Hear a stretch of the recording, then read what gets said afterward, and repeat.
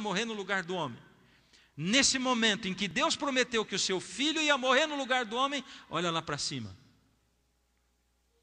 Começa a era do sacrifício de Cristo. Ali está o pátio do santuário. Ali em cima é a planta do santuário. Ou seja, a promessa de que um dia o Filho de Deus se tornaria o Cordeiro e viria à terra para morrer pelo homem. O reino da graça, a promessa da morte do Filho de Deus. Aonde era o morto o Cordeiro?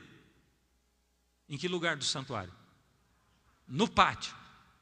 Então, desde a promessa de Deus, quando o pecado chegou, até a cruz. Porque na cruz, Jesus morreu, sendo ele quem? O Cordeiro. Até ali durou o quê? A fase, a era do sacrifício.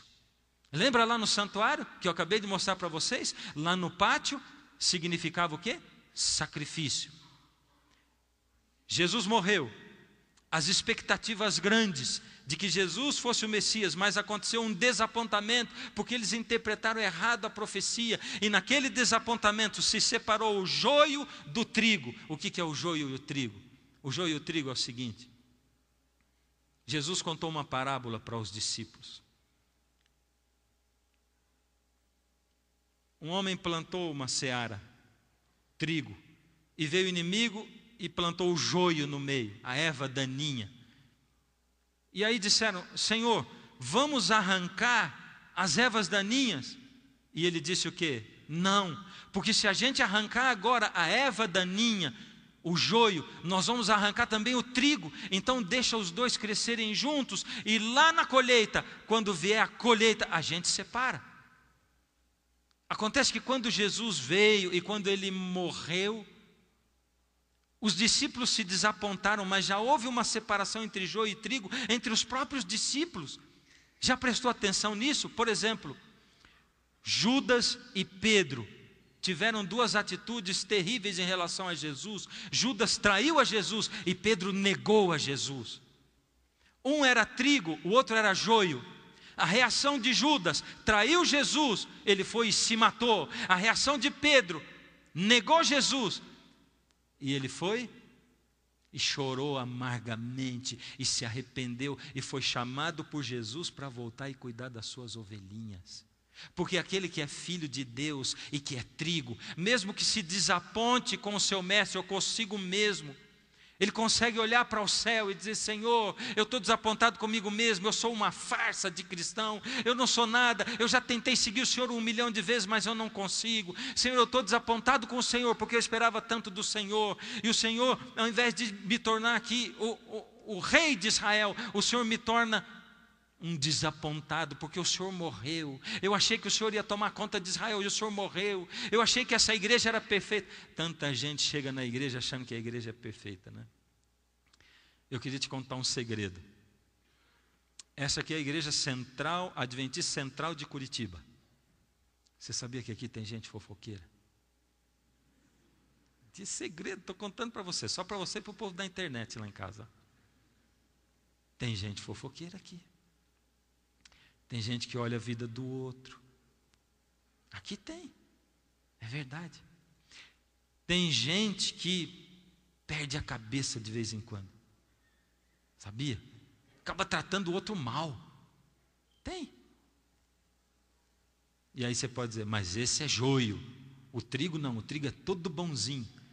Ixi, agora eu fiquei numa enrascada. Porque de repente, se for assim, acho que é tudo joio.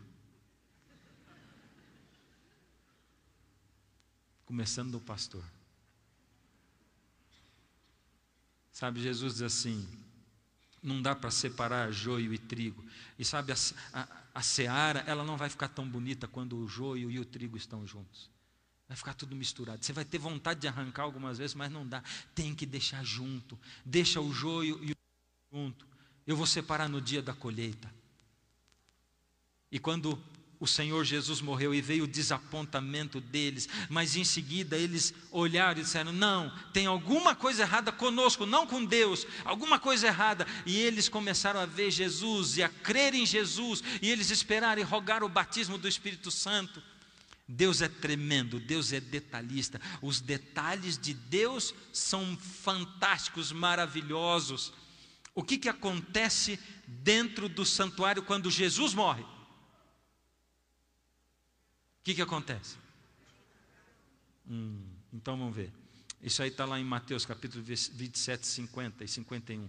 Aí Jesus deu outro grito forte e morreu. Então o véu do templo se rasgou em 2 pedaços, de cima até embaixo. A terra tremeu e as rochas partiram. O véu do templo se rasgou de alto embaixo quando Jesus morreu. Por quê? O que isso indicava? Indicava que o sacrifício que estava predito na profecia tinha se cumprido. Não precisava mais matar o cordeiro. Isso indicava que a era do sacrifício tinha acabado. Jesus tinha pago o preço do pecado. Aliás, quando Jesus está na cruz, ele grita assim: teletestai, que quer dizer está consumado. Aliás, mais literalmente falando, Jesus diz assim: está pago. Teletestai quer dizer está pago. Ele está dizendo: eu paguei o preço do pecado, já não tem mais dívida do pecado, eu vim pagar o preço do pecado. O homem agora tem salvação de graça em mim, está pago, está consumado. Eu fiz tudo, eu paguei todo o preço do pecado. E quando Jesus morreu, o véu do santuário rasgou, e aquilo indicava de lá de quando o primeiro cordeiro foi morto com Adão, até quando o véu rasgou, aqui durou a fase do sacrifício. E Jesus morreu, e ele o ressuscitou. E ele foi para onde depois que ele ressuscitou? Para onde ele foi?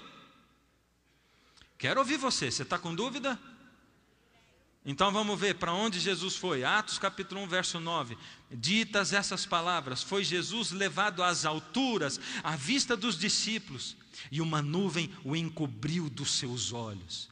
Jesus estava conversando com seus discípulos, quando uma nuvem encobriu e ele foi levado para o céu, à vista dos olhos deles, na frente dos olhos deles, à vista deles. E Jesus foi lá para o céu. Em que lugar do céu, ou para que lugar do céu Jesus foi? Para o santuário?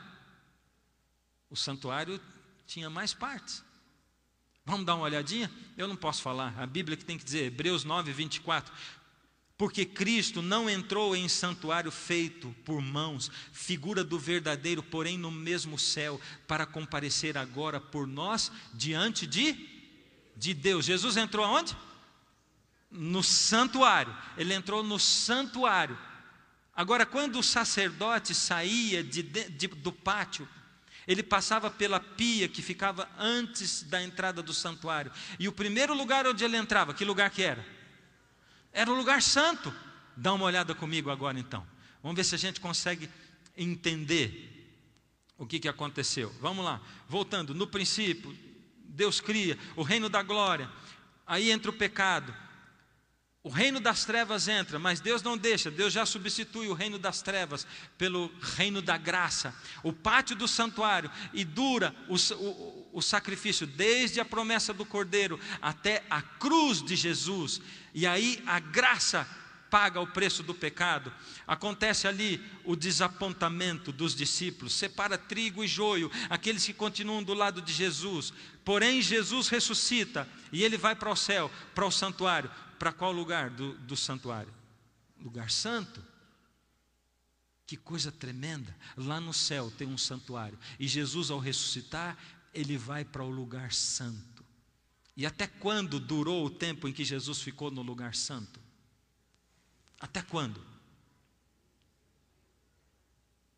Eu estou vendo você falar assim, porque eu estou vendo que muita gente está ligando a coisa já. Que coisa tremenda, eu estou feliz de ver. Você está entendendo? Está ligando a profecia da semana passada com isso que eu estou falando agora? O sacrifício diário acontecia, todo dia. Bom, deixa eu seguir o que está falando aqui. Até quando Jesus ficaria no lugar santo? Em que dia o sacerdote entrava no lugar santíssimo mesmo? Uma vez por ano, no dia da expiação, que era o dia da purificação do santuário. Certo? Estou certo ou estou errado? Então vamos para a profecia de Daniel. Vamos ver. O que diz ali? Daniel 8,14. Ele me disse, até 2.300 tardes e manhãs, e o santuário será purificado. Até 2.300 tardes e manhãs, e o santuário purificado. Ou seja, na profecia, o anjo estava dizendo para Daniel o seguinte: vai durar 2.300 tardes e manhãs, e vai chegar o dia da expiação. Em qual santuário? No santuário celeste. Vai chegar o dia da expiação, o dia da purificação do santuário celeste. Vamos dar uma relembradinha na visão. Quando a visão me veio, pareceu-me estar na cidadela de